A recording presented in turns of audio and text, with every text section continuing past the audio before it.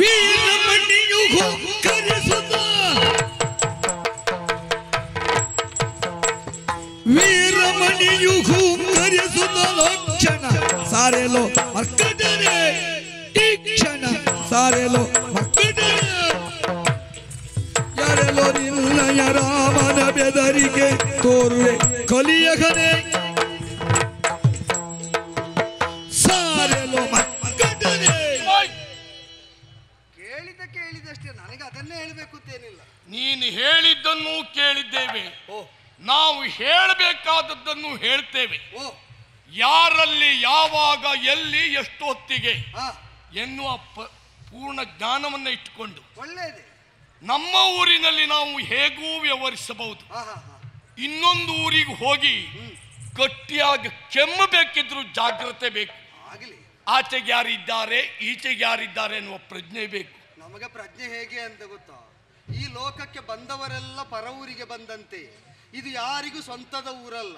ಆದ್ರಿಂದ ಈ ಲೋಕದಲ್ಲಿ ಯಾರು ಕೆಮ್ಮಿದ್ರು ಜಾಗ್ರತೆಯಲ್ಲಿ ಕೆಮ್ಮಬೇಕು. ನಿನ್ನ ಆಧ್ಯಾತ್ಮಿಕಕ್ಕೆ ಇಲ್ಲಿ ಬೆಲೆ ಇಲ್ಲ. ಅಲ್ಲ, ನನಗೆ ಬೆಲೆ ಇಲ್ಲದ್ರು ನನಗೆ ಇದ್ದದನ್ನು ಬಿಡುವುದಕ್ಕೂ ಸ್ಥಾನ ಯಾವುದು ಎನ್ನುವ ಪ್ರಜ್ಞೆ ಇರಲಿ. ಇದು ಯಾವ ಸ್ಥಾನ? ವೀರಮಣಿಯ ಆಸ್ಥಾನ. ಆಗಲಿ. ಸೇರಿದವರೆಲ್ಲ ಸಭಿಕರೆಲ್ಲ ಇದ್ದಾರಲ್ಲ, ಇರ್ಲಿ.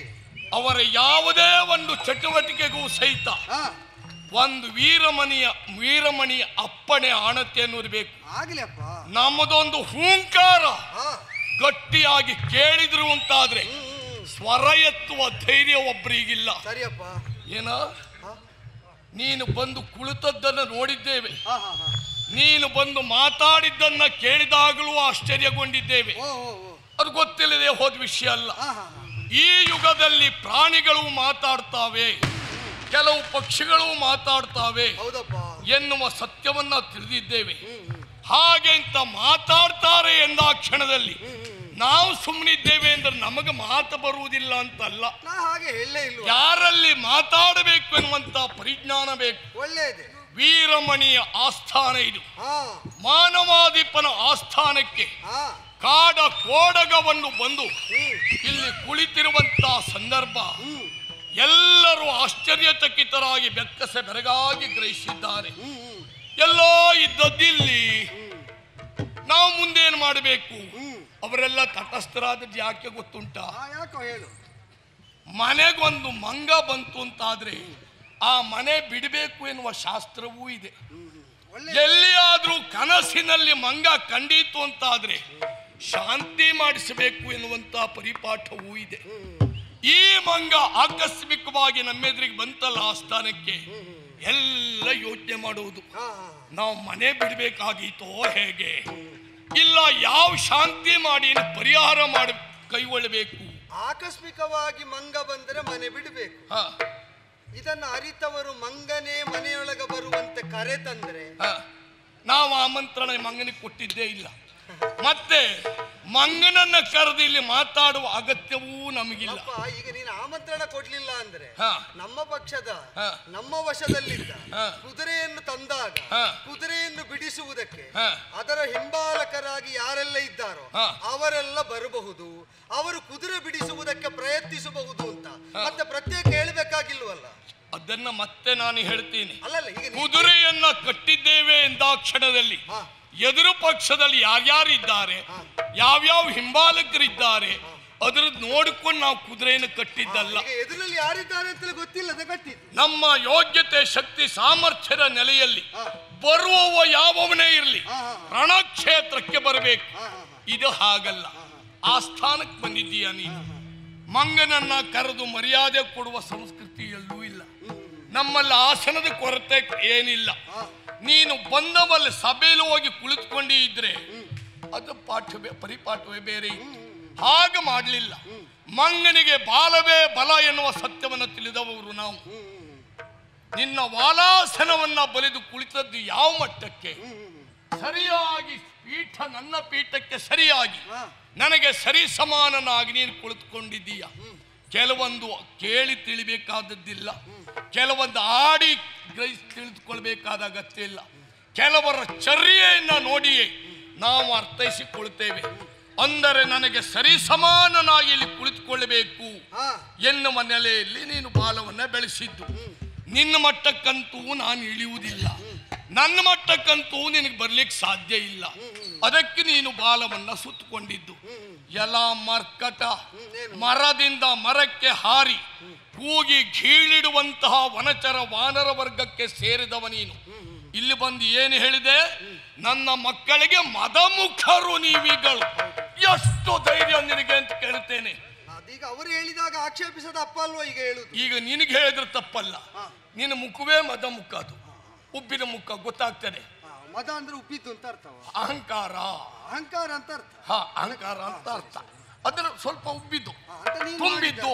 ಈ ನೆಲೆಯಲ್ಲಿ ಶಬ್ದಾರ್ಥ ಅಲ್ಲ, ಭಾವಾರ್ಥ. ಆ ನೆಲೆಯಲ್ಲಿ ನನ್ನ ಮಕ್ಕಳನ್ನ ನೀನು ಮದಮುಖರು ಅಂತ ಸಂಬೋಧಿಸಿದ್ದೆ. ಈಗ ನಾನು ಹೇಳಿದ್ದು ಸ್ವಲ್ಪ ಕೊಬ್ಬಿದ್ದಾರೆ. ಯಾರು ಅವರು ಕೊಬ್ಬಿದ್ದಾರೆ? ಮದ ಅಂದ್ರೆ ಕೊಬ್ಬಿದ್ದು ಅಂತ. ಮಂಗನಿಗೆ ಇಷ್ಟುಂಟು, ನನ್ನ ಮಕ್ಕಳಿಗೆ ಅಷ್ಟಿದ್ರೆ ತಪ್ಪದು. ಅಂದ್ರೆ ಈಗ ಮಂಗಾದರು ಮದದಲ್ಲಿ ನಿನ್ನ ಮಕ್ಕಳಲ್ಲಿ ಕಡಿಮೆ ಅಂತ ಅಲ್ವಾ? ಯಾವುದು? ನಿನ್ನ ಮಕ್ಕಳೆದುರು ಮದದಲ್ಲಿ ಮಂಗಾದ್ರು ನಾನು ಕಡಿಮೆ ಅಂತ ಅಲ್ಲ. ನನ್ನ ಮಕ್ಕಳಿಗಿದ್ರೆ ಅದ್ರ ವಿಶೇಷ ಅಲ್ಲ, ಅದು ಮದ ಇರಬಹುದು, ಇರ್ಲೇಬೇಕು ಅದು. ಆದ್ರೆ ನಿನ್ನಂತ ಮಂಗ ಇಲ್ಲಿ ಬಂದು ಅವರಿಗೆ ಹಾಗೆ ನಿಂದಿಸಿದ್ಯಲ್ಲ ನೀನು. ಕೊನೆಗೇನು ಹೇಳಿದೆ ನೀನು? ಆ ಪಕ್ಷದಿಂದ ಬಂದವರಿದ್ರೆ ಬರೋರು ಯಾರ್ಯಾರು ಬರ್ಬಹುದೆಲ್ಲ ನಿರೀಕ್ಷೆ ನಾವು ಇಟ್ಕೊಳ್ಬೇಕಿತ್ತ. ಈಗ ರಾಜನೀತಿ ಏನು ಹೇಳ್ತದೆ ಅಂತ, ಈಗ ನಿನ್ನ ಊರಿನ ನೀತಿ ಅಲ್ಲ ನಾನು ಹೇಳುದು. ರಾಜನೀತಿ ಏನು ಹೇಳ್ತದೆ ಅಂದ್ರೆ, ವಿರೋಧ ಸಮನಿಸುವಾಗ ವಿರೋಧ ಯಾರಲ್ಲಿ ಮಾಡ್ತೇವೋ ಅವರ ಬಲಾಬಲಗಳನ್ನು ಅರಿತಿರ್ಬೇಕು. ಅವರು ಎಷ್ಟಿದ್ದಾರೆ, ಯಾರಿದ್ದಾರೆ, ಹೇಗಿದ್ದಾರೆ. ನಮ್ಮ ಬಲಾಬಲಗಳನ್ನು ಅರಿತಿರ್ಬೇಕು. ಹಾಗೆ ಅರಿಯದೇ ವಿರೋಧವನ್ನು ಸಾಧಿಸುವವನನ್ನು ರಾಜನೀತಿಯಲ್ಲಿ ಪ್ರಗಲ್ಭ ಅಂತಲೋ ಪಂಡಿತ ಅಂತಲೋ ಜ್ಞಾನಿ ಅಂತಲೋ ಗುರುತಿಸುವುದಿಲ್ಲ. ಎದುರಾಳಿಗಳನ್ನು ಎದುರಾಳಿಗಳಾಗಿ ಹೊಂದುವಾಗ ಅಲ್ಲಿರುವುದು ಯಾರು, ಅವರೆಷ್ಟು, ಅವರೇನು, ಅವರನ್ನು ಮೀರುವ ಬಗೆ ಎಂತು ಅಂತ ಲೆಕ್ಕಾಚಾರ ಇಲ್ಲದೆ ಕಟ್ಟಿದ್ದಾದ್ರೆ ನಿಮ್ಮ ಕುರಿತಾಗಿ ನನಗೆ ಪರಿತಾಪ ಮತ್ತು ಸಹಾನುಭೂತಿ ಮಾತ್ರ ಇರುವುದು. ಅದು ಗೊತ್ತಿಲ್ಲದೆ ಕಟ್ಟೆ ಇದ್ರಲ್ವ? ನೀನು ಹಾಗೆ ಹೇಳಿದೆ. ನೀವು ಯಾರಿದ್ರು ನಾವು ಯಾರು ಬಂದ್ರು ಎದುರಿಸ್ತೇವೆ ಅಂತ ಹೊರಟದ್ದು. ಅಂದ್ರೆ ಕುದುರೆ ಕಟ್ಟುವಲ್ಲೇ ಅದು ನಿರ್ಣಯ. ವಿಪಕ್ಷದಲ್ಲಿಗೆ ನಾನು ಇದ್ದೇನೆ ಅಂತ ನಿನಗೆ ಗೊತ್ತಿರಬೇಕೋ ಬೇಡವೋ? ಗೊತ್ತುಂಟು. ಹೌದಲ್ಲ? ಹಾಗಾದ್ರೆ ಬಂದದ್ದು ವಿಪಕ್ಷೀಯನಾಗಿ ಅಶ್ವಮೇಧದ ಅಶ್ವವನ್ನು ಸಂರಕ್ಷಿಸುವ ಪಡೆಯಲ್ಲಿ ಒಬ್ಬನಾಗುವುದಕ್ಕೆ ಯೋಗ್ಯತೆ ಇದ್ದ ಮಂಗ ಅಂತ ಗೊತ್ತುಂಟು. ಮಂಗ ಮನೆಯೊಳಗೆ ಬರುವುದಿಲ್ಲ ಅಂತ ನೀನು ಅಪಶಕುನದ ಸೂತ್ರವನ್ನು ಹೇಳಿದೆಯಲ್ಲ, ಆ ವರ್ಗಕ್ಕೆ ಸೇರಿದವನಲ್ಲ ಎಂಬುದನ್ನು ನೀನು ಅರಿತಿದ್ದೆ. ಅದೇ ಹೌದಾದರೆ ದೇವತೆಗಳಿಂದ ಮಂಗಗಳು ಹುಟ್ಟುವುದಿಲ್ಲ. ದೇವಾದಿ ದೇವತೆಗಳು ಪರಶಿವನನ್ನೊಳಗೊಂಡು ಮಂಗಕ್ಕೆ ಅನುಗ್ರಹ ಮಾಡುವುದಿಲ್ಲ. ಯೋಚನೆ ಮಾಡು, ಪರಶಿವನಿಗೆ ಅನುಗ್ರಹ ಮಾಡುವುದಕ್ಕೆ ಮಂಗ ಆಗುವುದಿಲ್ವಂತೆ. ನಿನ್ನ ಮನೆಯೊಳಗೆ ಬರ್ಲಿಕ್ಕೆ ಆಗುದಿಲ್ವಾ? ಪರಶಿವನಿಗೆ ಅನುಗ್ರಹ ಮಾಡ್ಲಿಕ್ಕೆ ಮಂಗ ಆಗುತ್ತದೆ, ನಿನ್ನ ಮನೆಯೊಳಗೆ ಬಂದರೆ ಅಪಶಕುನ. ನೀನು ಬರುವ ಹಾಗೆ ಬಂದಿದ್ದಿದ್ರೆ, ವಿಪಕ್ಷದಿಂದಲೇ ನೀನು ಬಂದಿದ್ದಿದ್ರೆ, ಮಾತನಾಡುವುದಿದ್ರೆ ನಮ್ಮಲ್ಲಿ ವಿನೀತರಾಗಿ ಇಲ್ಲಿಯ ನಿಯಮಕ್ಕೆ ಅನುಗುಣವಾಗಿ ವ್ಯವಹರಿಸಬೇಕಿತ್ತು. ಅದು ನೋಡೋಣ. ಈ ಸಭಾ ಮರ್ಯಾದೆಯನ್ನ ಮೀರಿ ನೀನು ವ್ಯವಹರಿಸಿದ್ರಿಂದ ನಾನು ಆ ಮಾತನಾಡಿದ್ದು. ಇಲ್ಲ, ಸಭಾ ಮರ್ಯಾದೆಯನ್ನು ನಾವು ಉಲ್ಲಂಘಿಸಬೇಕಾಗಿ ಬಂದದ್ದು ಯಾಕೆ ಅಂತ ಹೇಳ್ತೇನೆ. ಆಮೇಲೆ 14 ಲೋಕಕ್ಕೆ ಪ್ರಭು ವಿಭುವಾದಂತ ಶ್ರೀರಾಮನ ವಿರೋಧವನ್ನ ಕಟ್ಟಿಕೊಂಡಿದ್ದೀರಿ. ಒಂದು ನಾಡಿಗೆ ಒಬ್ಬ ಪ್ರಭು ಇದ್ದದ್ದು ಗೊತ್ತುಂಟು, ಒಂದು ಲೋಕಕ್ಕೆ ಒಬ್ಬ ವಿಭುವ ಪ್ರಭುವ ಇದ್ದದ್ದು ಗೊತ್ತುಂಟು. 14 ಲೋಕಕ್ಕೆ ವಿಭು ಪ್ರಭು ಅಂತ ಹೇಳಿದೆಯಲ್ಲ, ಅದು ನಿನ್ನಂತವ ಈ ಕೂಗೋ ಕುರಿಯಪ್ಪ ಅಂತ ಹೊಗಳು ಬಟ್ಟಂಗಿಗಳು ಒಬ್ಬನನ್ನ ದೊಡ್ಡ ಮಾಡ್ಲಿಕ್ಕೆ ಹೊರಟ್ರೆ ಎಷ್ಟೂ ದೊಡ್ಡ ಮಾಡ್ತಾರೆ. 14 ಲೋಕಕ್ಕೆ ಪ್ರಭು ಅಂತ ನೀನು ಹೇಳಿದೆಯಲ್ಲ, ಅವನ ವಿರೋಧವನ್ನ ಕಟ್ಟಿಕೊಂಡಿರಿ ಅಂತ. ಅವನೇ ನಿನ್ನ ರಾಮ ಅಲ್ವಾ? ಆ ರಾಮನ ಕುದುರೆ ಯಜ್ಞಾಶ್ವ ಅಂತ ತಿಳಿದೆ ಕುದುರೆಯನ್ನ ನಾವು ಕಟ್ಟಿದ್ದು. ಅರ್ಥ ಆಯ್ತಾ ವೀರಮಣಿ? ನಾ ಬಂದು ನಿನ್ನ ಮುಂಭಾಗದಲ್ಲಿ ಧರಣಿಪಾಲನಾದರೂ ಮಾನಿಸದೆ ಸರಿಸಮಾನವಾದ ಎತ್ತರದ ಆಸನವನ್ನು ನಿರ್ಮಿಸಿದ್ದಕ್ಕೆ ಕಾರಣ ಕೇಳಿದೆ. ಸಭಾ ಮರ್ಯಾದೆಯನ್ನು ಉಲ್ಲಂಘಿಸಿದ್ದಕ್ಕೆ ಹೇಳಿದೆ. ನಾವು ಮಾನಿಸಬೇಕಾದಿಲ್ಲ ಅಂತ ಸಾರಿದೆ. ನಾ ಮಾಡಿದ್ದೇನು ಗೊತ್ತುಂಟು? ನನಗೆ ಆಸನ ಬೇಕಾಗಿಯೂ ಅಲ್ಲ, ನಾವು ನಮಗೆ ಬೇಕಾದಲ್ಲಿ ಆಸನ ನಿರ್ಮಿಸಿಕೊಳ್ಳಬಲ್ಲೆ. ಅರಿಯದವರಲ್ಲಿ ಆಸನ ಸಿದ್ಧಿಸುವುದಕ್ಕಿಂತ ಅರಿತವರಲ್ಲಿ ನಮಗೆ ಸಿಕ್ಕಿದ್ದನ್ನು ಆಸನ ಅಂತ ಒಪ್ಪುವುದು ಒಳ್ಳೆಯದು. ಅದನ್ನು ನಾವು ಯಾವತ್ತೋ ಒಪ್ಪಿಯಾಗಿದೆ. ಇಲ್ಲಿ ಯಾಕೆ ನನಗೆ ಅನಿವಾರ್ಯ ಆಯ್ತು ಗೊತ್ತುಂಟು? ನಾನು ಕೇಳುವುದನ್ನ 14 ಲೋಕಕ್ಕೆ ಪ್ರಭು ವಿಭು ಎನ್ನುವ ಹಾಗೆ ನನ್ನ ಸರಿ ಸಮಾನನಾಗಿ ಕುಳಿತು ಹೇಳಿದೆಯಲ್ಲ, ಆ ನಿನ್ನ ಪ್ರಭು ವಿಭು ರಾಮ ಯಾವ ದೊಡ್ಡ ಕಲಿ ಅಂತ ಪ್ರಶ್ನಿಸುವುದು ನಾನು. ನೀ ಕಲಿಗಳನ್ನು ಯಾವ ದೊಡ್ಡ ಕಲಿ ಅಂತ ಕೇಳುವುದಲ್ಲ, ನಿನಗೆ ಗೊತ್ತಿದ್ದ ಕಲಿಗಳನ್ನೆಲ್ಲ ಸಾಲಾಗಿ ನಿಲ್ಲಿಸು. ಅವರ ಎದುರಿನಲ್ಲಿ ರಾಮ ಏನು ಗೊತ್ತಾ? ಏನು? ಕಲಿಗವ ಕಾಲಾಂತ ಕನಗನಪ್ತಿಗೆ ಬಲಿಯುತ ಸೇತುವೆಯ ಭೂಪ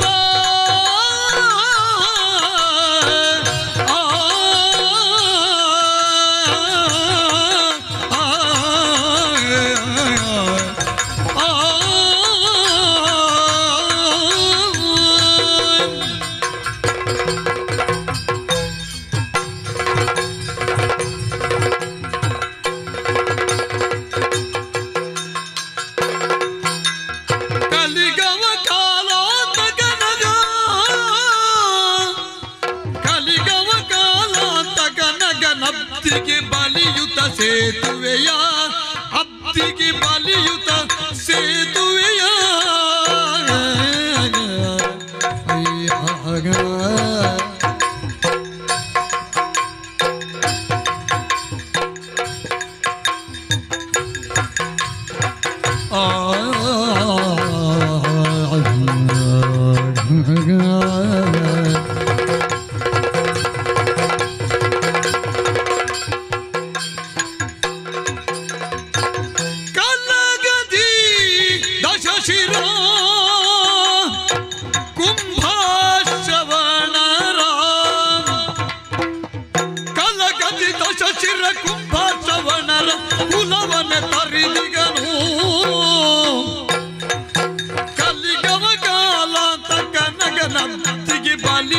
ಸೇತುವೆಯ ಅಬ್ದಿಗೆ ಬಲಿಯುತ ಸೇತುವೆಯ ಅರಸ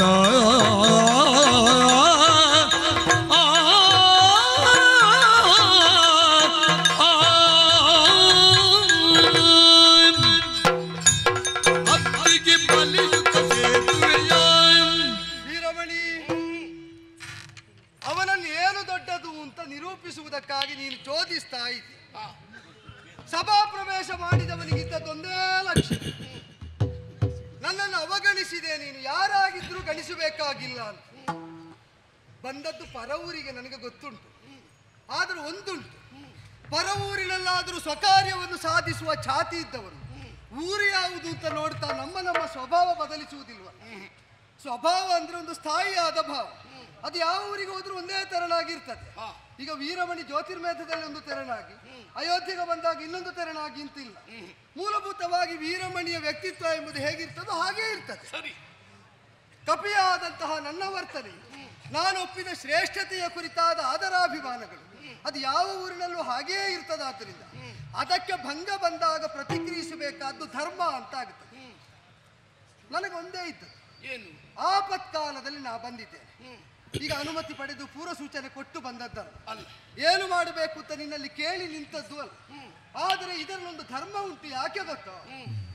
ಈಗ ಒಬ್ಬಾತ ರಾಜನಾದವ ತನ್ನ ಸಂಪದವನ್ನಲ್ಲ ಎಲ್ಲೋ ಒಂದು ಭಂಡಾರದ ಮನೆಯಲ್ಲಿ ಶೇಖರಿಸಿಡ್ತಾನೆ. ಅದಕ್ಕೆ ಬೆಂಕಿ ಬಿತ್ತು ಅಂತ ಸಾಮಾನ್ಯನೊಬ್ಬ ನೋಡ್ತಾನೆ. ರಾಜನಿಗೆ ಇದನ್ನು ಹೇಳಬೇಕೆಂಬ ಕಾಳಜಿಯಿಂದ ಓಡಿ ಬರ್ತಾನೆ.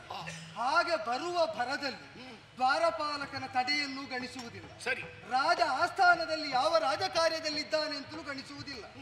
ಅವನಿಗೆ ಬಂದ ಆಪತ್ತನ್ನು ನಿವಾರಿಸುವುದಕ್ಕೆ ನಾನು ಬಂದಿದ್ದೇನೆ ಎಂಬ ಎಚ್ಚರ ಅವನಿಗಿದ್ದದ್ದರಿಂದ ರಾಜ ಎಲ್ಲಿದ್ದರೂ ಎಂತಿದ್ದರೂ ಹೋಗಿ ಕಂಡು ತಾನು ಅರಿತದ್ದನ್ನು ಅವನಿಗೆ ಅರಿಹುತ್ತಾನೆ. ಸರಿ, ಇಲ್ಲಿಗೆ ಅದು ಯಾಕೆ ಅನ್ವಯವಾಗುತ್ತದೆ ಅಂದ್ರೆ, ಜ್ಯೋತಿರ್ಮೇಧಕ್ಕೆ ವಿನಾಶಕರವಾದ ಒಂದು ಸನ್ನಿವೇಶ ಬಂದಿದೆ ಅಂತ ನಮಗನ್ನಿಸಿದ್ದರಿಂದ ನಿಮಗೆ ನಾನು ಕಂಡುಕೊಂಡದ್ದು ಆ ವಿನಾಶವನ್ನು ತಪ್ಪಿಸುವುದಕ್ಕಿದ್ದ ಸೂತ್ರವನ್ನಾದ್ದರಿಂದ ನಿಮ್ಮ ನಾಶವನ್ನು ತಪ್ಪಿಸುವುದಕ್ಕೆ ನಾನು ಬಂದಾಗ ನಿಮ್ಮ ಮರ್ಯಾದೆಯನ್ನು ಅಲ್ಪ ಸ್ವಲ್ಪ ಉಲ್ಲಂಘಿಸಿದರು ಕೊನೆಗೂ ಒಳಿತಾಗುವುದು ನಿಮಗೆ ಅಲ್ವೋ? ಆದ್ದರಿಂದಲೇ ಸಭಾ ಕಲಾಪ ಮರ್ಯಾದೆ ಇದನ್ನು ಮಾನಿಸಬೇಕಾಗಿಲ್ಲ ಅಂತ ಮುಂದೊತ್ತಿ ಬಂದೆ. ಆದರೆ ಗಣಿಸದೆ ಮಾತಾಡಿಸದೇ ಇದ್ರೆ ಹೇಳುವುದಕ್ಕಿದ್ದದನ್ನು ಹೇಳುವುದಕ್ಕಾಗುವುದಿಲ್ಲ. ಆಗ ನನಗೆ ಕಂಡದ್ದೇನು, ಪರ ಊರಿಗೆ ಬಂದಂತಹ ನಮ್ಮನ್ನು ಅವಗಣಿಸಿದರೆ ಇವನನ್ನು ಗಣಿಸದೆ ನಮ್ಮ ಸಭೆಯಲ್ಲಿ ನಮ್ಮ ಕಲಾಪವನ್ನೇ ನಮಗೆ ಮಾಡುವುದಕ್ಕಾಗುವುದಿಲ್ಲ ಎಂಬ ಸನ್ನಿವೇಶ ಸೃಷ್ಟಿ ಮಾಡಬೇಕು. ಆಗ ತಾನಾಗಿ ಮಾತಾಡ್ತಾರೆ ಅಂತ. ಆದ್ದರಿಂದಲೇ ಧರಣಿ ಪಾಲನಾದ ನಿನ್ನ ಎತ್ತರಕ್ಕೆ ಉಚಿತವಾದ ಎತ್ತರವನ್ನು ಬಾಲದಿಂದ ನಿರ್ಮಿಸಿ ಕುಳಿತೆ. ನನ್ನ ಯೋಚನೆ ತಂತ್ರ ಫಲಿಸಿತು ನೋಡು. ನಾ ಕುಳಿತ ಮರುಕ್ಷಣದಲ್ಲೇ ಎದ್ದವ ನಿನ್ನ ಮಗನೇ ಅಲ್ವಾ? ಮದಮುಖ ಅಂತ ಮಾತಾಡಿಸುವುದಕ್ಕೆ ತೊಡಗಿದ. ಅವನಿಗೆ ಮಾತಿಗೆ ಪ್ರಚೋದನೆ ಕೊಡ್ತ. ನಾನಲ್ಲ ನೀನು ಅಂದಾಗ ಹುಂಕಾರ ಮಾತ್ರದಿಂದ ನೀನೇ ಎದ್ದೆ. ನೀ ಎದ್ದಾಗ ನಾನು ಮಾತ್ರ ಕುಳಿತಿರ್ತೇನೆ ಅಂತ ನಾನು ಕುಳಿತುಕೊಳ್ಳಿಲ್ಲ, ನಾನು ಎದ್ದೆ. ನನಗೆ ಆಸನ ಮುಖ್ಯ ಅಲ್ಲ, ನನಗೆ ನೀನು ಮಾತಾಡಿ ನಿನ್ನ ಜೊತೆಯಲ್ಲಿ ಪ್ರಕರಣವನ್ನು ಮುನ್ನಡೆಸುವುದು ಮುಖ್ಯ. ಆಗ ನೀ ಹೇಳಿದೆ ಮದಮುಖ ಅಂತ ನಮ್ಮನ್ನು ಆರೋಪಿಸಬೇಕಾದ್ರೆ ನಿನ್ನ ರಾಮ 14 ಲೋಕದಲ್ಲಿ ಏನು ದೊಡ್ಡ ಕಲಿ. ಕಲಿಗೆ ಅವನು ಕಾಲ ಅಂತ ಕಲಿದ್ದಾನೆ. ಕಲಿ ಅಂದ್ರೆ ದೋಷ ಅಂತ ಒಂದರ್ಥ, ಕಲಿ ಅಂದರೆ ಪರಾಕ್ರಮಿ ಅಂತ ಇನ್ನೊಂದರ್ಥ. ದೋಷಗಳ ಅನೇಕವನ್ನು ಮಾಡಿದವನನ್ನು ಅವನು ಅಂತಕನಾಗಿ ಸಂಹರಿಸಿ ಮುಗಿಸಬಲ್ಲ. ಕಲಿತನದಿಂದ ಪರಾಕ್ರಮಿಯಾಗಿ ಮೆರೆದವರಿಗೂ ಕೂಡ ಅಂತ್ಯಕಾಲ ಏನು ಅಂತ ಅವನು ಸಾಧಿಸಿ ತೋರಿಸಬಲ್ಲ. ಯೋಚನೆ ಮಾಡು, ರಾವಣನಂತಹ ರಾವಣ ಚತುರ್ದಶ ಭುವನದಲ್ಲಣ ಅಂತ ಜ್ಯೋತಿರ್ಮೇಧ ಮಾತ್ರ ಅಲ್ಲ, ಭೂಮಂಡಲ ಮಾತ್ರ ಅಲ್ಲ, ಅತಲ ವಿತಲ ಸುತಲ ತಲಾತಲ ರಸಾತಲ ಮಹಾತಲ ಪಾತಾಳ ಸಪ್ತ ಅಧೋಲೋಕಗಳು, ಭೂರ್ಭುವ ಸುವ ಮಹಾಜನ ತಪ ಸತ್ಯ ಸಪ್ತ ಊರ್ಧ್ವಲೋಕಗಳು ಒಪ್ಪಿದ್ದರಿಂದ ಚತುರ್ದಶ ಭುವನದಲ್ಲಣ ಅಂತ ಅವನಿಗೆ ನೆಗಳ್ತೆ ಬಂದದ್ದು. ಅಂಥವನ ವಿರೋಧವನ್ನು ಮಾಡಬೇಕಾದ ಅನಿವಾರ್ಯತೆ ಬಂದ ಕಾಲದಲ್ಲಿ ದಿನಪಂಚಕದಲ್ಲಿ ಶತಯೋಜನ ವಿಸ್ತೀರ್ಣವಾದ ಸೇತುವೆಯನ್ನು ಸರೋವರಕ್ಕಲ್ಲ, ನದಿಗಲ್ಲ, ಅಬ್ಧಿಗೆ ಸಾಗರಕ್ಕೆ ಸೇತು ರಚನೆ ಮಾಡಿ, ಅದು ತೇಲು ಸೇತುವೆಯನ್ನು ರಚನೆ ಮಾಡಿ 5 ದಿನದಲ್ಲಿ ರಾವಣನ ಮೇಲೆ ಮಹಾಭಿಯೋಗವನ್ನು ಮಾಡಿದ. ಅಲ್ಲಿದ್ದ ಪರಮ ವಿಕ್ರಮಿಗಳಲ್ಲಿ ರಾವಣ ಕುಂಭಶ್ರವಣರು ಪ್ರಧಾನರಾದವರು, ಪ್ರಮುಖರಾದವರು, ದೋಷಗಳನ್ನೇ ಅನೇಕ ಬಾರಿ ಮಾಡಿದವರು. ಅಲ್ಲಿದ್ದ ಪರಾಕ್ರಮಿಗಳಲ್ಲಿ ಇಂದ್ರಜಿತುವಿನಂತಹ ಇಂದ್ರಜಿತು ಅತ್ಯುಗ್ರನಾದವನು. ಕಲಿತನ 2 ನಿದರ್ಶನವನ್ನು ಲಂಕೆಯ ಮಧ್ಯದಲ್ಲೇ ನಾವು ಕಾಣುವುದಕ್ಕಾಗ್ತದೆ. ಕಲಿ ಎಂದರೆ ಪರಾಕ್ರಮಿ ಆದರೆ ಇಂದ್ರಾರಿಯೇ ಮೊದಲಾದ ಭಟರು, ಕಲಿ ಎಂದರೆ ದೋಷಿಯಾದರೆ ರಾವಣನೇ ಮೊದಲಾದ ಪಾಪಿಗಳು. ಇವರು ಜೊತೆಯಾಗಿದ್ದಾಗ ಕಲಹದಿ ದಶಶಿರ ಕುಂಭಶ್ರವಣರ ಕುಲವನ್ನೇ ತರಿದು ನಿಂತು ಅಸಹಾಯ ಶೂರನಾಗಿ ಏಕಾಂಗ ವೀರನಾಗಿ ಏಕಮೇವಾದ್ವಿತೀಯನಾಗಿ ನಿಂತಹ ರಾಮಚಂದ್ರನನ್ನು 14 ಲೋಕದ ವಿವೇಕಿಗಳು ಹಾಡಿ ಹೊಗಳುವಾಗ ಅವನಿಗಿಂತ ಹೆಚ್ಚಿನದ್ದು ಯಾವ ಮಂಡಲದಲ್ಲಿ ಯಾರಿದ್ದಾರೋ. ಆದ್ದರಿಂದಲೇ ಅವನನ್ನು ಈಗಲ್ಲ 100 ಬಾರಿ ಹೇಳ್ತೇನೆ, ಕಲಿ ಅಂದರೆ ರಾಮನೇ. ಇದನ್ನು ನಾನು ತಿಳಿದುಕೊಳ್ಬೇಕು, ಗೊತ್ತಿಲ್ಲ ಅಂತ ಭಾವಿಸಿದೆಯಾ? ನೊಯ್ದಿರುದಿಯ ಸತಿಯನ್ನು ತೊರೆದುರೆ ನಾಟಿಕೆಯೋ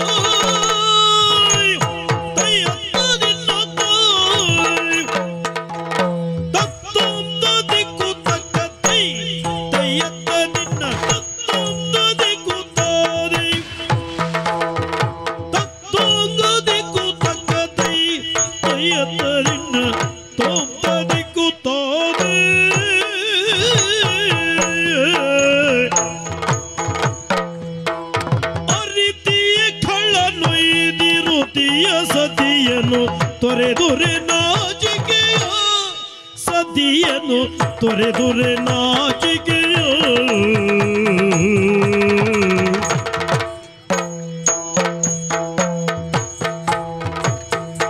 ಅರಿತಿಯ ಕಳ್ಳನೊಯ್ದಿರುದಿಯ ಸದಿಯನ್ನು ತೊರೆದುರೆ ನಾಚಿಕೆಯೋ ಸದಿಯನ್ನು ತೊರೆದುರೆ ನಾಚಿಕೆಯೋ ಕರೆತಂದಿಯ ನವನೇ ತಗೆ ಪೊಗಳುವೆ ಕರೆತಂದಿಯ ನವನೇ ತಗೆ ಪೊಗಳುವೆ ದೊರೆಯುಳ್ಳಗಪ ಹಾಸ್ಯ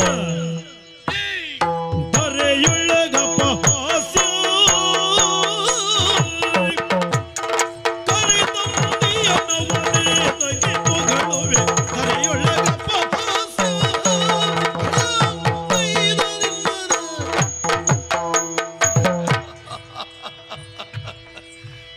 ಸಂತೋಷ ಆಯ್ತು. ಯಾಕೆ? ರಾಮನ ಒಡನಾಟದಲ್ಲಿ ರಾಮನ ಕುರಿತಾಗಿ ನೀನು ಎಷ್ಟು ತಿಳ್ಕೊಂಡಿದ್ದೀಯ ಎನ್ನುವುದನ್ನು ನಿನ್ನ ಬಾಯಿಂದ ಕೇಳಿದ್ದಾಯ್ತು.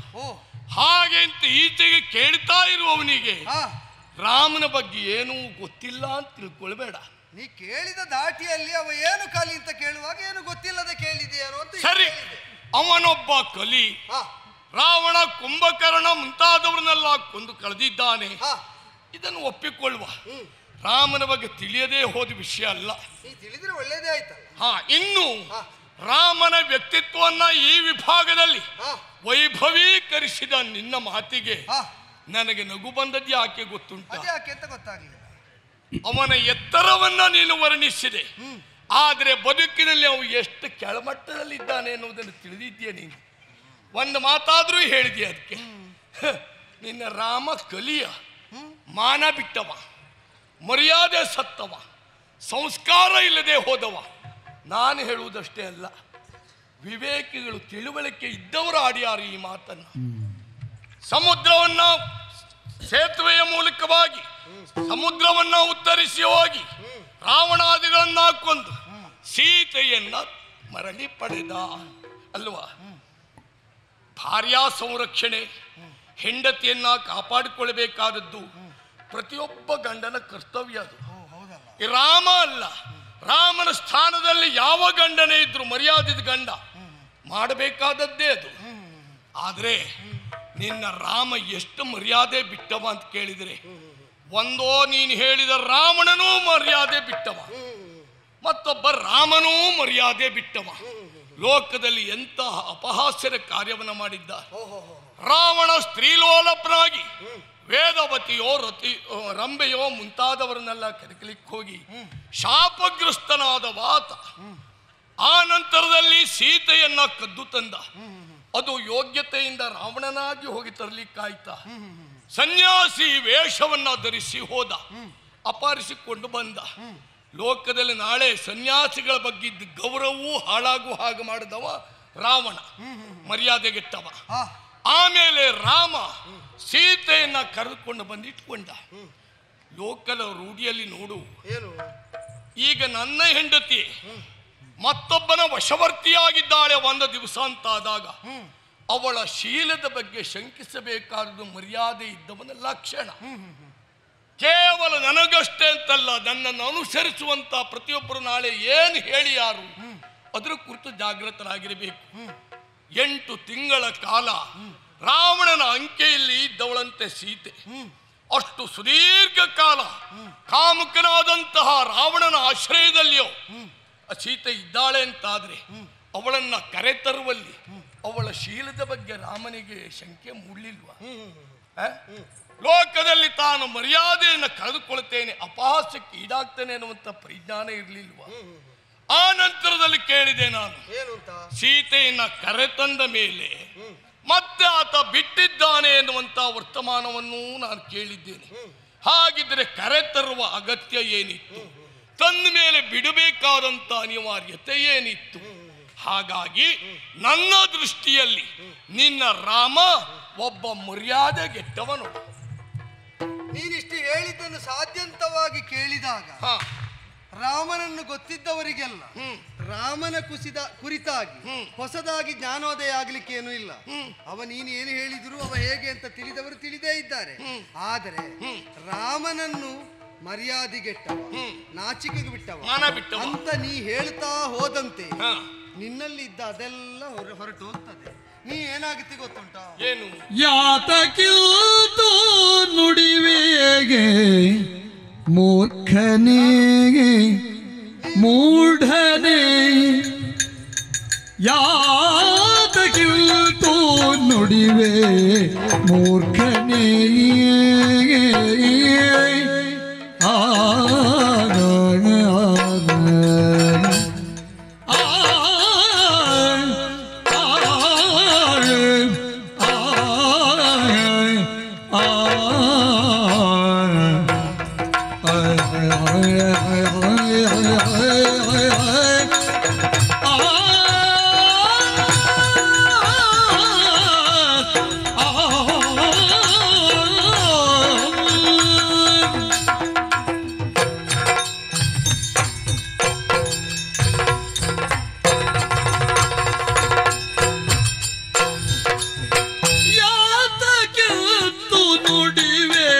ಮೂಢನೆ ಲೋಕಮಾತೆ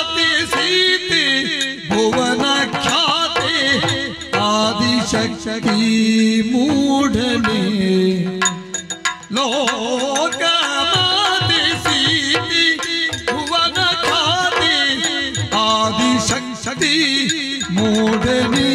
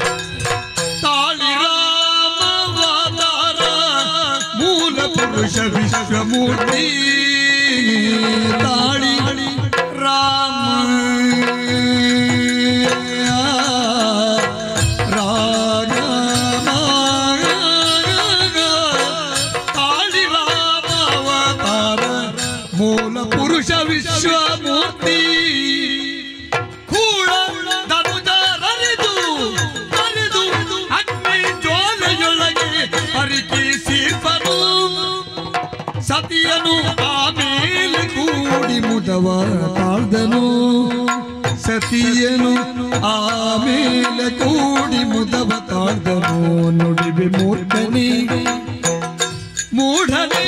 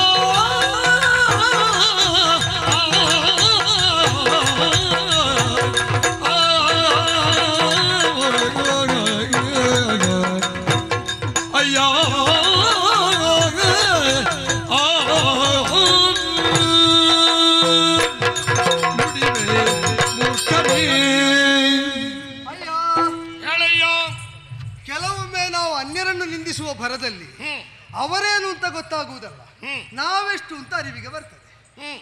ಪ್ರಾಜ್ಞನಾದ ಲೋಕಸಮ್ಮತಿಯನ್ನು ಹೊಂದಿದಂತಹ ರಾಮನ ಕುರಿತಾಗಿ ಶ್ರೇಷ್ಠತನವನ್ನು ಒಪ್ಪುವಂತಹ ಔದಾರ್ಯ ಇಲ್ಲವಾದರೂ ಇಲ್ಲದ ದುರ್ಗುಣಗಳನ್ನು ಅರಿತು ಅರಿತು ಆರೋಪಿಸ್ತಾ ಅವನನ್ನು ನೀಚನಾಗಿಸುವ ವಿಫಲ ಯತ್ನಕ್ಕೆ ತೊಡಗಿದಾಗ ಅದು ಮೂರ್ಖರ ಲಕ್ಷಣವಾಗುತ್ತದೆ.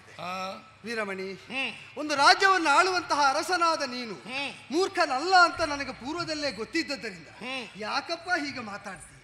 ಮೂರ್ಖನಲ್ಲ ಅಲ್ಲ, ಏನು ತಪ್ಪಾಯಿತು ಯೋಚನೆ ಮಾಡಿ.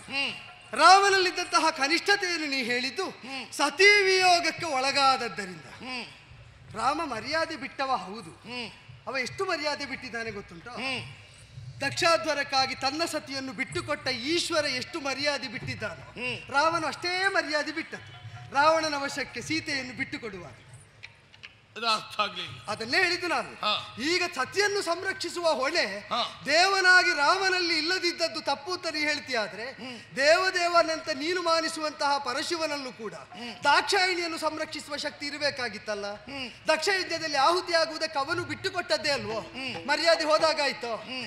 ಬಿಟ್ಟುಕೊಟ್ಟಂತಹ ಸತಿಯನ್ನು ಮತ್ತೆಲ್ಲ ಹುಟ್ಟಿದ ಕಾಲದಲ್ಲಿ ತಾಪಸಿನಿಯಾಗಿ ಅವಳು ಶಿವನಿಗಾಗಿ ಪರಿತಪಿಸ್ತಾ ಇದ್ದಾಗ ಮರಳಿ ತಪದ ಜ್ವಾಲೆಯಲ್ಲಿ ಪರೀಕ್ಷಿಸಿ ಶಿವ ಸ್ವೀಕರಿಸಿದ್ದು ಸರಿ ಅಂತಾದರೆ, ರಾವಣನ ಆಸ್ಥಾನದಲ್ಲಿ ವಿವಶಳಾಗಿದ್ದವಳನ್ನು ತನ್ನ ಸತಿಯೇ ಹೌದು, ತನಗೆ ಸಮ್ಮತಳಾದವಳೇ ಹೌದು ಎಂಬುದಕ್ಕಾಗಿ ಅಗ್ನಿ ಜ್ವಾಲೆಯಲ್ಲಿ ಪರೀಕ್ಷಿಸಿ ಅವನು ಸ್ವೀಕರಿಸಿ ನಿಂತಿದ್ದಾನೆ. ನಾನು ಇದನ್ನು ಸಂಪೂರ್ಣವಾಗಿ ಒಪ್ಪುವುದಿಲ್ಲ. ನೀವು ಒಪ್ಪದಿದ್ರು ಪರಮೇಶ್ವರ ದಾಕ್ಷಾಯಿಣಿಯನ್ನು ಕಳಿಸಿಕೊಡುವಾಗ ಸಾರಿ ಸಾರಿ ಹೇಳಿದ್ದಾನೆ.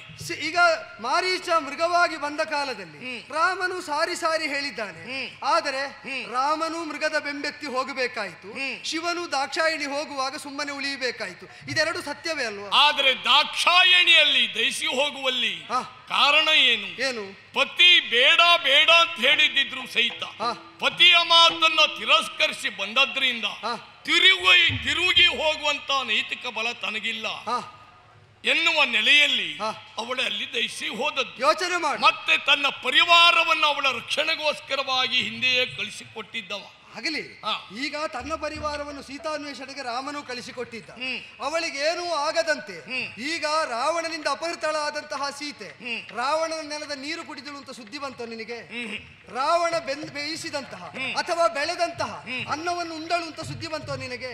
ಹಾಗಾದರೆ ಎಷ್ಟು ವರ್ಷ ಯಾರ ವಶದಲ್ಲಿದ್ದರೂ ಕೂಡ ಸೀತೆ ರಾಮನ ಸತಿಯೇ ಹೌದು ಅಂತ ಎಲ್ಲಕ್ಕಿಂತ ಸ್ಪಷ್ಟವಾಗಿ ತಾನೇ ನಿರೂಪಿಸಿರುವಾಗ ಅಕಳಂಕ ಚರಿತೆಯಾದ ಸೀತಾದೇವಿಯಲ್ಲಿ ಆದಿಶಕ್ತಿ ಸ್ವರೂಪವನ್ನು ನಾವು ಗುರುತಿಸಬೇಕು ಬಿಟ್ರೆ ಚಾರಿತ್ರ್ಯ ವಿಹೀನತೆಯನ್ನಲ್ಲ. ನಾ ಯಾಕೆ ದಾಕ್ಷಾಯಿಣಿಯ ಪ್ರಕರಣವನ್ನು ಹೇಳಿದೆ? ಶಿವ ಮಾನ್ಯನಾದ ನೆಲ ಇದು ಅಂತ ಗೊತ್ತಿದ್ದರಿಂದ ನಿಮಗೆ ಪರಿಚಿತವಾದ ಉದಾಹರಣೆ ಕೊಟ್ರೆ ವಿಷಯ ಬೇಗ ಮನವರಿಕೆ ಆಗುತ್ತದೆ ಎಂಬ ಆಶಯದಿಂದ ದಕ್ಷಾಧ್ವರದ ಕಥೆಯನ್ನು ಆಯ್ಕೆ ಮಾಡಿಕೊಂಡೆ. ಯೋಚನೆ ಮಾಡು. ತಡೆಯುವುದಕ್ಕೆ ರಾಮನು ಯತ್ನಿಸಿದ, ಶಿವನು ಯತ್ನಿಸಿದ. ಸತಿಯ ಆಗ್ರಹವೇ ಹೆಚ್ಚಾದ ಕಾಲದಲ್ಲಿ ಶಿವನು ಮೌನವಾಗಿ ಸಮ್ಮತಿಯನ್ನು ಕೊಟ್ಟ, ರಾಮನು ಸಮ್ಮತಿಸಿ ಅದನ್ನು ಅನುಸರಿಸಿ ನಡೆದು ಬಿಟ್ಟ. ಹೀಗೆ ಹೀಗೆ ತಮ್ಮ ವಶದಲ್ಲಿದ್ದ ಸತಿಯರನ್ನು ಇಬ್ಬರೂ ಕಳೆದುಕೊಂಡ್ರು. ಯೋಚನೆ ಮಾಡು, ಅವಳು ಹೋದ ಮೇಲೆ ಮರಳಿ ಬರುವುದಕ್ಕಾಗದ್ದರಿಂದ ಅಲ್ಲಿ ಬೆಂದು ಹೋದಳು ಅಂತ ನೀ ಹೇಳಿದೆ. ಅವಳು ಮರಳಿ ಬರುವುದಕ್ಕೇ ಇಲ್ಲ ಅಂತಿದ್ದರೆ ಮತ್ತೊಂದು ಜನ್ಮವನ್ನು ತಳೆದು ಪರ್ವತದಂದಿನಿಯಾಗಿದ್ದುಕೊಂಡು ತಾನು ತಪಸ್ಸು ಮಾಡಿ ಹೊಂದಿದ್ಯಾಕೆ? ದಾಕ್ಷಾಯಿಣಿ ಪಾರ್ವತಿಯಾಗಿ ಬಂದ ಮೇಲೆ ಮಾಡಿದ ತಪಸ್ಸಿನಿಂದ ಶಿವನನ್ನು ಹೊಂದಿದ್ದು ಸರಿ ಅಂತ ಅದು ಮತ್ತೆ ಇರಬಹುದು. ಅಲ್ಲ, ಇರ್ಲಿ, ಒಂದು ಜನ್ಮದಲ್ಲಿ ಆಗಲಿ, ಈ ಜನ್ಮದಲ್ಲೇ ಹೇಳ್ತೇನೆ. ಒಂದು ಜನ್ಮಾಂತರವನ್ನು ಹೊಂದಿ ತಪಸ್ಸು ಮಾಡಿ ಪರಶಿವನನ್ನು ಹೊಂದುವುದು ಒಂದೇ. ತಾನು ಹೊಂದಿದ ಜನ್ಮದಲ್ಲೇ ತನ್ನನ್ನು ಪರರಿಂದ ಅಪಹೃತಳಾದವಳು ಅಂತ ಎಲ್ಲರೂ ಶಂಕಿಸಿಯಾರು ಎಂಬ ಭಾವದಿಂದ ರಾಮಚಂದ್ರನೇ ಬಿರುನುಡಿಗಳನ್ನಾಡಿದ ಕಾಲದಲ್ಲಿ ಅಗ್ನಿಯ ಕೆನ್ನಾಲಿಗೆಗೆ ತನ್ನನ್ನು ತಾನು ಒಪ್ಪಿಸಿಕೊಂಡು ರಾವಣಾಂಕ ಪರಿಭ್ರಷ್ಟಳು ಎಂಬುದರಿಂದ ರಾವಣನ ತೊಡೆಯಿಂದ ಜಾರಿದವಳು ಎಂಬ ಅರ್ಥದಲ್ಲಿ ನಿನ್ನನ್ನು ಸ್ವೀಕರಿಸಿದರೆ ಲೋಕದ ಸಾಧು ಸಜ್ಜನರು ನಿಂದಿಸಿಯಾರು ಸೀತೆ ಅಂತ ರಾಮನಾಡಿದಾಗ ಅವಳು ಅಗ್ನಿ ಪ್ರವೇಶ ಮಾಡಿದಳು. ಎದ್ದು ಬಂದ ಬಗೆ ಹೇಗೆ ಗೊತ್ತುಂಟೋ? ಅಗ್ನಿಯ ಅಂಕದಲ್ಲಿ ಕುಳಿತುಕೊಂಡು ಎದ್ದು ಬಂದಳು. ಅಂದರೆ ನಿತ್ಯ ಶುಚಿ ಅಂತ ಅಗ್ನಿಗೆ ನೆಗಳ್ತಿ ಇರುವುದು. ಅಗ್ನಿಯನ್ನು ಮಲಿನಗೊಳಿಸುವುದಕ್ಕೆ ಯಾರು ಆಗುವುದಿಲ್ಲ. ಆ ಅಗ್ನಿದೇವನ ತೊಡೆಯನ್ನು ಸೀತೆ ಏರಿಯಾಳು ಅಂದ್ರೆ ಏನರ್ಥ? ರಾವಣ ವಿವಶವಾಗಿ ವರ್ಷಗಟ್ಟಲೆ ಇದ್ದರೂ ಕೂಡ ಸೀತಾದೇವಿಯ ರೋಮದ ಪಾವಿತ್ರ್ಯಕ್ಕೂ ಕಳಂಕ ಬರಲಿಲ್ಲ ಅಂತ ತಾತ್ಪರ್ಯ. ಇದನ್ನು ಅಗ್ನಿದೇವ ರೂಪಿಸಿದಾಗ ನಾನೋ ನೀನೋ ಸಾಕ್ಷಿಯಾಗಿದ್ದದ್ದಲ್ಲ. ಯಾರ ಮುಖದಿಂದ ವೇದವಾಣಿ ಲೋಕಕ್ಕೆ ಪರಮ ಪ್ರಮಾಣವಾಗಿ ಹೊರಟಿದೋ ಆ ಬ್ರಹ್ಮನೇ ನೆರೆದು ನಿಂತು ಆಡಿದ ಸೀತೆ ಪರಿಶುದ್ಧಳಿದ್ದಾಳೆ ಅಂತ. ವೇದ ಪ್ರಾಮಾಣ್ಯವನ್ನು ನೀನೊಪ್ಪುತ್ತಿಯಾದ್ರೆ ಆ ವೇದವನ್ನು ಲೋಕ ಕೊಟ್ಟ ಮುಖದಿಂದ ಸೀತೆ ಪ್ರಮಾಣಳು, ಅವಳು ಪರಿಶುದ್ಧಳು, ಅವಳು ಪವಿತ್ರಳು ಅಂತ ಆಡಿದಾಗ ಅದನ್ನು ಒಪ್ಪಬೇಕೋ ಬೇಡ? ದೇವಾನು ದೇವತೆಗಳು 30 ಕೋಟಿ ದೇವತೆಗಳ ಪ್ರಾತಿನಿಧ್ಯವನ್ನು ಹೊಂದಿ ಅದೇ ಲಂಕೆಯಲ್ಲಿ ನೆರೆದು ನಿಂತು ಸೀತೆಯನ್ನು ಸ್ವೀಕರಿಸಬೇಕು ಅಂತ ಆಡಿದ ಕಾಲದಲ್ಲಿ ಸ್ವೀಕರಿಸುವಂತಹ ರಾಮ ಏನ್ ಹೇಳಿದ ಗೊತ್ತೋ? ತಾನು ಸ್ವೀಕರಿಸಿದರೆ ಬಾಲಿಶನಾಗಿ ಕಾಮಾತ್ಮನಾಗಿ ಸತಿ ಏನು ಮಾಡಿದ್ರು ಒಪ್ಪುವ ಗಂಡನೆನಿಸಿ ನಾ ಸೀತೆಯನ್ನು ಸ್ವೀಕರಿಸಿದ್ದು ಅಂತ ನಾಳೆ ಲೋಕದ ಸಾಧು ಸಜ್ಜನರು ಹೇಳಿಯಾರು. ಆದ್ದರಿಂದಲೇ ನಾನು ಅವಳನ್ನು ಹೀಗೆ ಆಡಿದೆ. ಬಿಟ್ರೆ ಸೀತಾರಾಮರ ದಾಂಪತ್ಯ ಅಂದ್ರೆ ಭಾಸ್ಕರೇಣ ಯಥಾಪ್ರಭಾ, ಸೂರ್ಯನ ಜೊತೆಯಲ್ಲಿ ಕಿರಣ ಹೇಗೆ ಬಿಟ್ಟಿರಲಾರದು, ಸೂರ್ಯ ಮತ್ತು ಕಿರಣಗಳ ಸಂಬಂಧ ಪರಸ್ಪರ ಅನ್ಯೋನ್ಯ ಹೇಗೋ ಹಾಗೆಯೇ ಸೀತಾರಾಮ ದಾಂಪತ್ಯಗಳು ಕೂಡ ಅನ್ಯೋನ್ಯವಾದದ್ದು, ಯಾವ ಕಾಲಕ್ಕೂ ಒಳಗಿನಿಂದ ಶಂಕೆ ಇಲ್ಲ ಅಂತ ಆಡಿದ. ಹಾಗಿದ್ದರೆ ಆ ರಾಮನೇ ಮತ್ತೆ ಬಿಟ್ಟ ಯಾಕೆ ಅಂತ ನಿನ್ನ ಉತ್ತರಾರ್ಧದ ಪ್ರಶ್ನೆ. ಅವಳು ಪರಿಶುದ್ಧಳು ಅಂತ ಗೊತ್ತಾದ ಮೇಲೆ ಹೌದು ಮತ್ತೆ ಯಾಕೆ ಅವಳನ್ನು ತ್ಯಜಿಸಿದವ? ಹೌದು. ಈಗ ಯೋಚನೆ ಮಾಡಿದರೆ ಹರಿಶ್ಚಂದ್ರನ ಪ್ರಕರಣ ಈ ಹಿಂದೆ ಆಗಿ ಹೋದ. ಸತ್ಯಕ್ಕಾಗಿ ತನ್ನ ಸರ್ವಸ್ವವನ್ನು ತ್ಯಾಗ ಮಾಡಿದ ಅಂತ ತಾತ್ಪರ್ಯ ಅಲ್ವೋ? ಸತ್ಯಕ್ಕಾಗಿ ತ್ಯಾಗ ಮಾಡುವಾಗ ರಾಜ್ಯವನ್ನು ಎಲ್ಲವನ್ನು ಬಿಟ್ಟು ಕೊಟ್ಟ ಮೇಲೆ ಪೂರ್ವದಲ್ಲಿ ಸ್ವರ್ಣಯಾಗದ್ದು ಬೇಕು ಅಂತ ವಿಶ್ವಾಮಿತ್ರ ಕೇಳಿದ. ನಿಜವಾಗಿ ಸ್ವರ್ಣಯಾಗದ್ದನ್ನು ಹರಿಶ್ಚಂದ್ರ ಕೊಡುವುದಕ್ಕಿತ್ತ? ಈಗ ಕತೆ ಗೊತ್ತಿದ್ದವರೆಲ್ಲರೂ ಹೇಳ್ತಾರೆ ಅದು ವಿಶ್ವಾಮಿತ್ರನ ತಂತ್ರಕ್ಕಾಗಿ ಸಂಪಾದಿಸಿದ್ದು. ಬಿಟ್ರೆ ಹರಿಶ್ಚಂದ್ರ ಕೊಡಬೇಕಾಗಿ ಇರ್ಲಿಲ್ಲ. ಯಾಕೆ ಅಂದ್ರೆ ವಿಶ್ವಾಮಿತ್ರರದನ್ನು ಅವನೇ ಮುಟ್ಲೇ ಇಲ್ಲ ಅಂತ. ಆದ್ರೆ ಏನು ಅದು ಕೆಲವರು ಮತ್ತೊಂದು ವಿಭಾಗದವರು ಹೇಳೋರು ಇದ್ದಾರೆ. ಏನಂತ? ಸ್ವರ್ಣಯಾಗದ ನಿಧಿಯನ್ನ ಅವ ಕೊಟ್ಟಿದ್ರು ನ್ಯಾಸಭೂತವಾಗಿ ಹರಿಶ್ಚಂದ್ರನಲ್ಲೇ ಉಳಿದಿತ್ತು. ಹೌದು, ಹರಿಶ್ಚಂದ್ರ ಅದನ್ನ ಮುಟ್ಲಿಲ್ಲ. ಇಲ್ಲ. ಎರಡನೇದಾಗಿ ವಿಶ್ವಾಮಿತ್ರರು ಬಂದು ಕೇಳಿದ್ಯಾವುದನ್ನ, ಯಾವುದನ್ನೇ ದಾನ ರೂಪವಾಗಿ ಕೊಡಬೇಕಿದ್ರೆ ದಕ್ಷಿಣಾದ್ರವ್ಯ ಅಂತ ಕೊಡಬೇಕಾಗ್ತದೆ. ಮಾವುತನೊಬ್ಬ ಆನೆ ಮೇಲೆ ನಿಂತು ಆಗಸರತ್ತ ಕವಡೆಯನ್ನ ಒಗೆದಾಗ ಎಷ್ಟು ಎತ್ತರದ ಧನದ ರಾಶಿ ಬೀಳ್ತದೆಯೋ ಅಷ್ಟು ದೊಡ್ಡರ ಮೊತ್ತವನ್ನ ದಾನವಾಗಿ ಕೊಡುವಾಗ ಅದಕ್ಕೆ ದಕ್ಷಿಣೆಯಾಗಿ 48,000 ಹೊನ್ನನ್ನ ವಿಶ್ವಾಮಿತ್ರರು ಕೇಳಿದರು ಎನ್ನುವ ಹಾಗೆ. ಅದು ಬುದ್ಧಿವಂತಿಕೆ.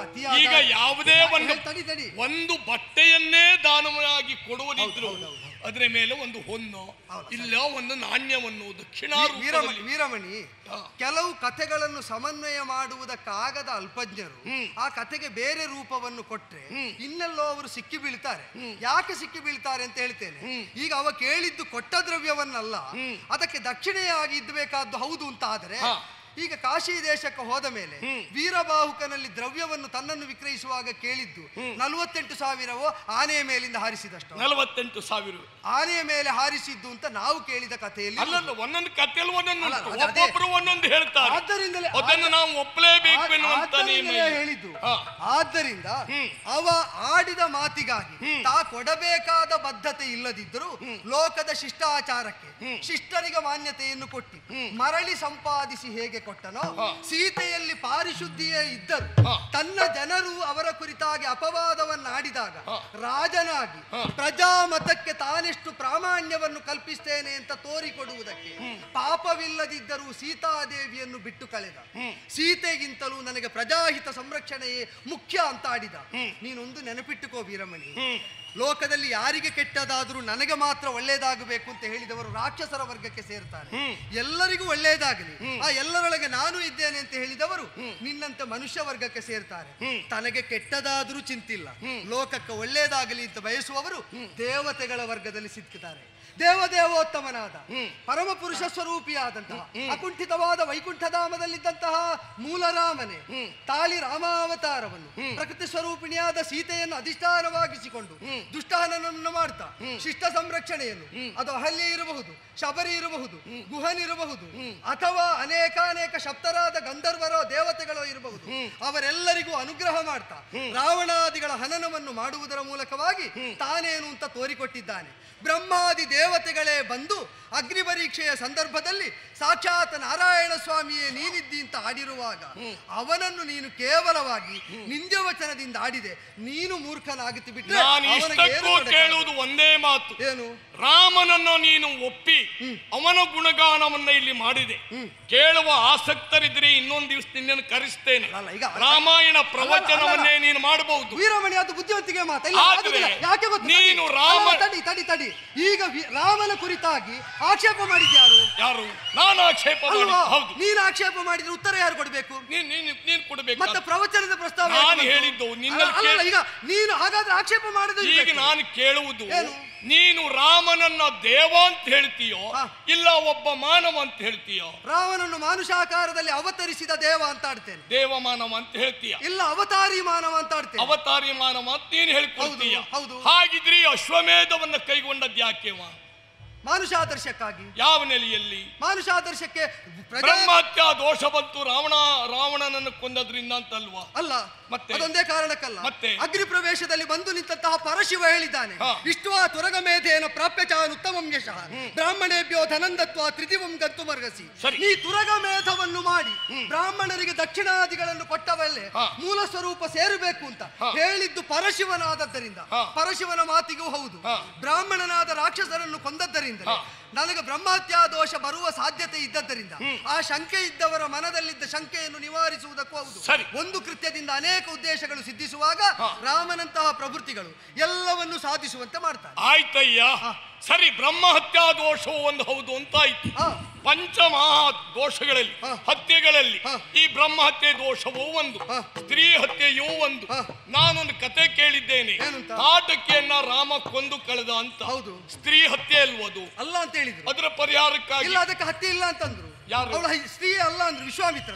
ಹೌದು, ಆ ನೆಲೆಯಲ್ಲಿ ಆದ್ದರಿಂದಲೇ ಅವಳನ್ನು ಕೊಲ್ಲಬಹುದು. ಕರ್ತವ್ಯಂ ರಾಜಸೂನುನ ಋಷಿಪ್ರಣೀತವಾದಂತಹ ಸೂಕ್ತಿಯನ್ನು ಶಾಸ್ತ್ರ ಮಾತು ಅಂತ ಅಂಗೀಕರಿಸಿದ ರಾಮ ತಾಟಕಿಯನ್ನು ಕೊಂದು ಕಳೆದ. ಕೊಲ್ಲುವುದಕ್ಕೆ ನಿರ್ದೇಶ ಇದ್ದದ್ದು ವಸಿಷ್ಠ ವಿಶ್ವಾಮಿತ್ರರದ್ದು. ರಾಮನಲ್ಲಿ ಕಿಲ್ಬಿಷ ಉಂಟು ಅಂತಾದರೆ ಯಜ್ಞ ಸಂರಕ್ಷಣೆಯನ್ನು ವಿಶ್ವಾಮಿತ್ರರು ಮಾಡಿಸ್ತಿರ್ಲಿಲ್ಲ, ಅಶ್ವಮೇಧವನ್ನು ಈಗ ವಸಿಷ್ಠರು ಮಾಡಿಸ್ತಾ ಇರಲಿಲ್ಲ. ಇದನ್ನು ಮಾನಿಸಿದರೆ ವಸಿಷ್ಠ ವಿಶ್ವಾಮಿತ್ರರನ್ನು ಒಪ್ಪುವವರು, ಇಂದ್ರ ಬ್ರಹ್ಮ ಈಶ್ವರನನ್ನು ಒಪ್ಪುವವರು ರಾಮನನ್ನು ಒಪ್ಪಲೇಬೇಕಾಗ್ತದೆ. ವೀರಮಣಿ, ಸ್ತ್ರೀ ಹತ್ಯೆ, ಸ್ತ್ರೀತನಕ್ಕೆ ಅವಳು ಹೊರತಾದವಳಾದ್ರಿಂದ ಕೊಲ್ಲುವುದು ಪಾಪವಲ್ಲ. ವಿಶ್ವಾಮಿತ್ರರು ಹೇಳಿದ ಮಾತು ನಾನು ಕೇಳಿ. ಹೌದು, ಈಗ ಬ್ರಹ್ಮ ಹತ್ಯೆ ಎನ್ನುವ ನೆಲೆಯಲ್ಲಿ ರಾವಣ ದುಷ್ಟನಾಗಿರಬಹುದು, ಬ್ರಾಹ್ಮಣ ಹತ್ಯೆ ದೋಷ ಬಂದದ್ದಲ್ವಾ? ಹೌದು, ಅದಕ್ಕಾಗಿ ಪರಿಹಾರವನ್ನು ಕೈಗೊಳ್ಳಬಹುದು. ಅಲ್ಲಿ ವ್ಯತ್ಯಾಸ. ಸ್ತ್ರೀ ಹತ್ಯೆಗೆ ಬೇಡ. ಇಲ್ಲ, ಅದಕ್ಕೆ ವ್ಯತ್ಯಾಸ ಉಂಟು. ಸ್ತ್ರೀತ್ವದ ಸರ್ವ ಮರ್ಯಾದೆಗಳನ್ನು ಉಲ್ಲಂಘಿಸಿದವಳು ತಾಟಕಿಯಾದದ್ದರಿಂದ ಸ್ತ್ರೀ ಹತ್ಯಾ ದೋಷ ರಾಮನಿಗೆ ಬರುವುದಿಲ್ಲ. ರಾವಣ ರಾಕ್ಷಸನಾದರೂ ಬ್ರಾಹ್ಮಣನಾಗಿಯೂ ಇದ್ದ, ಅನೇಕಾನೇಕ ಸತ್ಕರ್ಮಗಳನ್ನು ಮಾಡಿದ್ದಾನೆ, ಪರಶಿವಾದಿ ದೇವತೆಗಳ ವರವನ್ನು ಸಂಪಾದಿಸಿದ್ದಾನೆ, ತಾನೇ ವೈದಿಕವಾಗಿ ವೇದ ಭಾಷ್ಯಾದಿಗಳನ್ನು ರಚಿಸಿದ್ದಾನೆ, ಬ್ರಹ್ಮಕರ್ಮವನ್ನು ಮಾಡ್ತಾ ರಾಕ್ಷಸನಾಗಿಯೂ ಇದ್ದರಿಂದ ಬ್ರಹ್ಮಹತ್ಯಾ ದೋಷದ ನಿವಾರಣೆಯು ಮಾಡಬೇಕು. ಒಟ್ಟಾರೆ ನೀನು ಒಪ್ಪಿದಂತೆ ರಾಮನನ್ನ ದೇವ ಅಂತ ಗುಣಗಾನ ಮಾಡ್ತಾ ಇದ್ಯಾ. ನಾನು ಹೇಳುವುದನ್ನಲ್ಲ, ಅರನು ಹರನು ಬ್ರಹ್ಮಾಂಡ ಒಡೆಯನು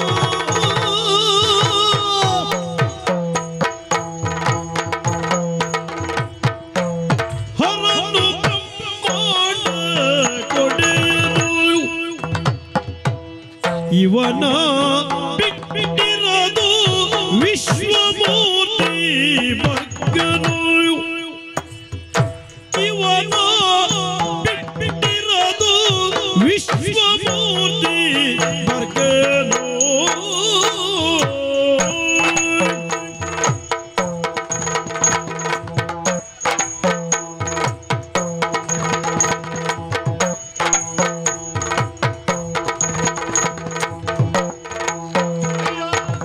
ಗಿರಿಜೆ ಮೂಲ ಪ್ರಕೃತಿ ಆದಿ ಪುರುಷ ಚಂದ್ರಚೂಡ ಗಿರಿಜೆ ಮೂಲ ಪ್ರಕೃತಿ ಆದಿ ಪುರುಷ ಚಂದ್ರಚೂಡ ಗಂಗಾಧರನು ನಮ್ಮ ಪುರಗಳಿಯಲು ಪರಮ ಮಹಿಮಾಯವನ ಹೋಲುವರುಂಟೆ ಈಶ ಮರಳು ಮರಳು ಮರಳು ನಿನಗೆ ಮುಚ್ಚು ವದನ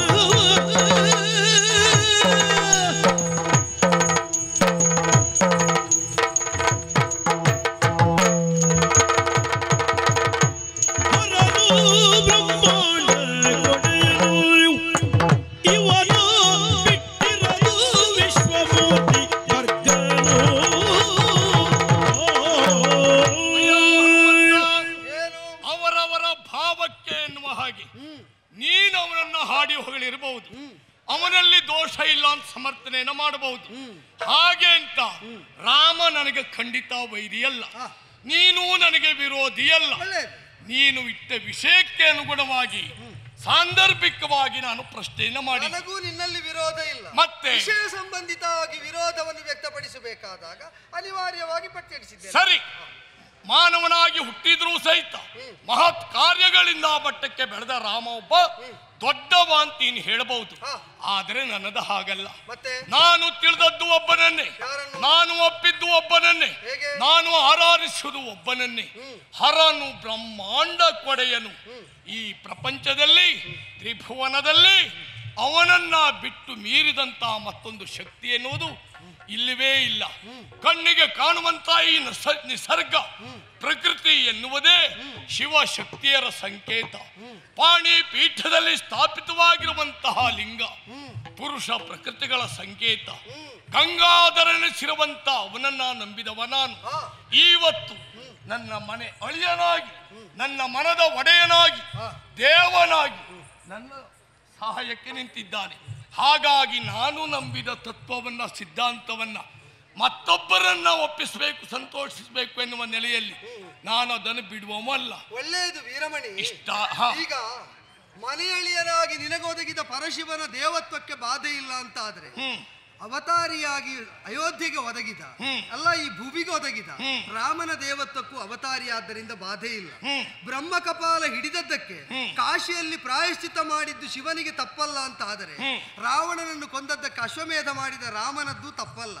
ಆದ್ದರಿಂದ ದೇವರ ಲೀಲೆಗಳನ್ನು ನಾವು ವಿಮರ್ಶಿಸದೆ ಅವರವರ ಭಜಕರ ಆದರವನ್ನು, ಗೌರವವನ್ನು ಅವರು ಹೊಂದಿ ಇರುವಂತೆ ಅವರಷ್ಟಕ್ಕೆ ಬಿಡುವುದು ಒಳ್ಳೆಯ. ನಾನು ಅದಕ್ಕೆ ಹೇಳಿದ್ದು ಮರಳು ಕೀಶ, ಮರುಳು ಕೀಶ ಅಂತ ನಾನು ಹೇಳುವುದಿಲ್ಲ, ಮರಳು ಕೀಶ. ಆಯ್ತಾ? ಮತ್ತೆ ಒಂದು ಸಂದರ್ಭದಲ್ಲಿ ರಾಮನೇ ಶಿವನನ್ನ ಪೂಜಿಸಿ ಇವತ್ತಿಗೂ ಅದರ ಪ್ರತೀಕವಾಗಿ ಧನುಷ್ಕೋಟಿ ರಾಮೇಶ್ವರ ಎನ್ನುವುದು ಪ್ರತೀತಿಯನ್ನ ಪಡೆದಿದೆ. ಪರಬ್ರಹ್ಮನ ಸಹಸ್ರನಾಮಕ್ಕೆ ತುಲ್ಯವಾದದ್ದು ರಾಮನೆಂಬ ದಿವ್ಯನಾಮ. ಅದು ಇರುವುದು ಪ್ರಭು ಶ್ರೀರಾಮಚಂದ್ರನ ಒಳಗೆ ಅಂತ ಪಾರ್ವತೀ ದೇವಿಗೆ ಪಾಠ ಮಾಡಿದ ಶಿವನ ಕಥೆ ಅಯೋಧ್ಯೆಯಲ್ಲಿ ಮಕ್ಕಳಿಗೂ ಗೊತ್ತುಂಟು. ಸರಿ, ಒಳಿತು ನಿನಗೆ ದೇವನಾಗಲಿ, ನಿನಗೆ ದೇವರಿರಬಹುದು, ನಿನಗೆ ಮಹಾತ್ಮ ಇರಬಹುದು, ನಿನಗೆ ದೊಡ್ಡವನಿರಬಹುದು. ಇಲ್ಲಿದ್ದವರನ್ನು ನೀನು ಒಪ್ಪಿಸಬೇಕು ನನ್ನ ಸಭೆಯಲ್ಲಿ ದೇವರು ತಪ್ಪಿಸುವುದಕ್ಕೆ ಬಂದದ್ದು ಎನ್ನುವ ಪ್ರಯತ್ನಕ್ಕೆ ನೀನು ಹೋಗಬೇಕು. ಒಪ್ಪುವರು ಅಲ್ಲ. ನೀನು ಬಂದ ಕಾರಣ ಏನು ಹೇಳು, ಅದನ್ನು ಕೇಳ್ತೀಯ. ಆದ್ರೆ ತರಣಿ ವಂಶ ಪ್ರದೀಪ ರಾಮನ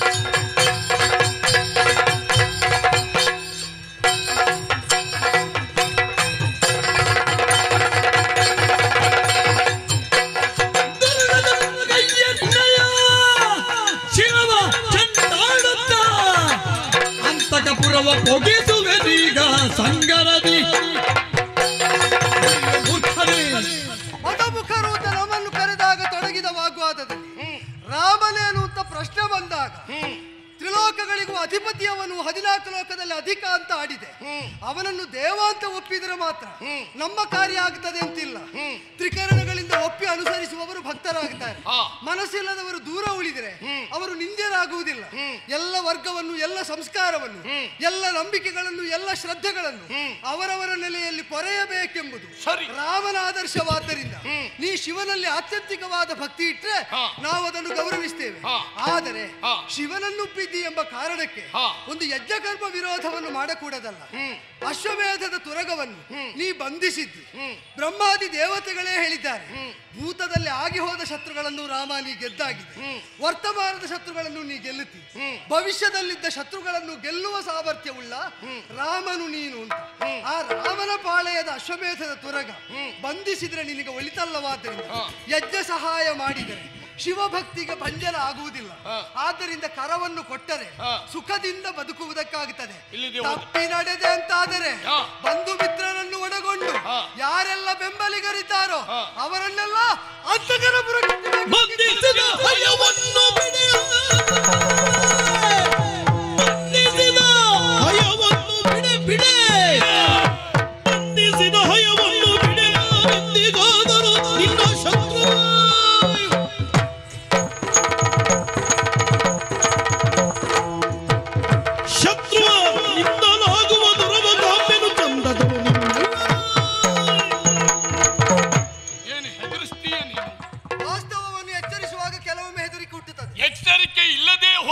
ಎಚ್ಚರಿಸಬಹುದು. ಕುದುರೆಯನ್ನ ಕಟ್ಟುವಂತ ಸಂದರ್ಭದಲ್ಲಿ ಸಾಕಷ್ಟು ತಿಳಿದೇ ಕುದುರೆಯನ್ನ ಕಟ್ಟಿದವ. ಕೈಗೊಂಡದ್ದು ಯಜ್ಞ ಅಶ್ವಮೇಧ. ತನ್ನ ಸಾಮರ್ಥ್ಯ ಪ್ರತಿಷ್ಠಾಪನೆಗಾಗಿ ಅಶ್ವಮೇಧವನ್ನು ಕೈಗೊಂಡದ್ದಲ್ವಲ್ಲ. ಪ್ರಪಂಚ ಮುಖದಲ್ಲಿ ಪುಣ್ಯ ಕಾರ್ಯ ಅಶ್ವಮೇಧವನ್ನು ಕೈಗೊಳ್ತಾ ಇದ್ದೇನೆ, ಗೌರವ ದ್ಯೋತಕವಾಗಿ ಕಾಣಿಕೆಯನ್ನ ಕೊಡಿ ಅಂತ ಹೇಳಿದಿದ್ರೆ ಮನ್ನಿಸಬಹುದು, ಗೌರವಿಸಬಹುದು. ಈಗ ಹಾಗೆ ಹೇಳಿ ಯಾಗ ಮಾಡಿದ ಒಬ್ಬ ಯಜಮಾನನನ್ನಾದ್ರೂ ತೋರಿಸ ಅಗತ್ಯ ಇಲ್ಲ. ಅಂದ್ರೆ ಅಶ್ವಮೇಧದ ವಿಧಿಯೋದು ತೋಳ್ಬಲ ಶಕ್ತಿ ಸಾಮರ್ಥ್ಯ ಕಟ್ಟಬಾರದು ಕುದುರೆಯನ್ನಂತ ಏನಾದ್ರೂ ಬರೆದಿದ್ದಾನ? ಕಟ್ಟಿದವರು ಸಾಯಬಾರದು ಅಂತಲೂ ಬರೀಲಿಲ್ವಲ್ಲ. ಅದು ಮುಂದಾಗುವುದಲ್ವಾ? ಶಿವಭಕ್ತನಾದ್ರಿಂದ ಸುಮ್ಮನೆ ಸಾಯಬೇಡ ಅಂದದ್ದು. ಸಾವು ಬದುಕಿನ ಪ್ರಶ್ನೆ ನಿನ್ನ ನಿರ್ಣಯದಿಂದ ಆಗುವುದಲ್ಲ. ನಾವು ಬದುಕುವುದಕ್ಕಾಗಿ ದೇಹಿ ಅಂತ ಮತ್ತೊಬ್ಬರ ಕಾಲಿ ಹಿಡಿದು ಬದುಕುವವರು ಅಲ್ಲ. ಕುದುರೆಯನ್ನ ಕಟ್ಟಿದ್ದೇವೆ ಅನ್ನುವುದರ ಅರ್ಥ ಏನು? ಬಿಡುವುದಕ್ಕಾಗಿ ಕಟ್ಟಿದ್ದೇ ಅಲ್ಲ. ಬಿಡುವುದೇ ಹೌದು ಅಂತಾಗಿದ್ರೆ ಕಟ್ಟುವ ಗೋಜಿಗೆ ಹೋಗ್ತಾ ಇರಲಿಲ್ಲ. ನಿನ್ನ ಶತ್ರುಘ್ನ ಏನು, ರಾಮ ಏನು, ಬಂಧಿಸಿದ ಹಯವನ್ನು